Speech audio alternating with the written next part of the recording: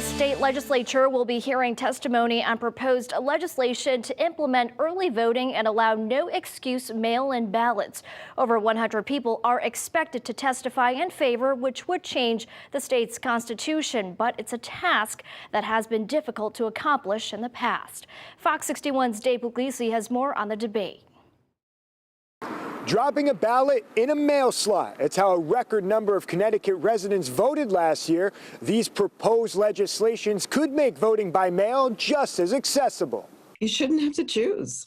This is your right, and we should make it as convenient as we can. The convenience of voting by mail and voting early are on the table for discussion. The state's legislator will be hearing from those for and against the ideas that voters got a taste of during the 2020 presidential elections. And it worked really well. People participated, people were excited to do that, and anyone who wasn't still was free to go to the polling place. Nearly 636,000 absentee mail-in ballots were cast last November in Connecticut.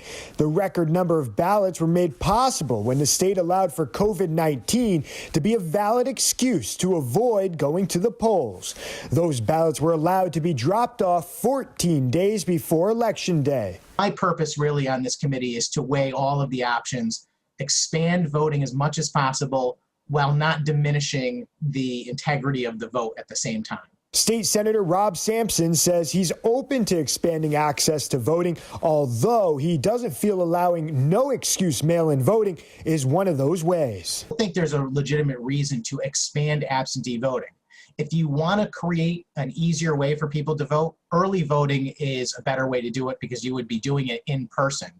Connecticut is one of only 6 states that does not allow early voting. In 2014, an amendment to do so passed the legislature with 75% of the vote needed to do so, but was voted down by the people. Sampson believes this version needs to be clearer on when early voting can begin. If you're going to do early voting, you should specify 3 days, 5 days.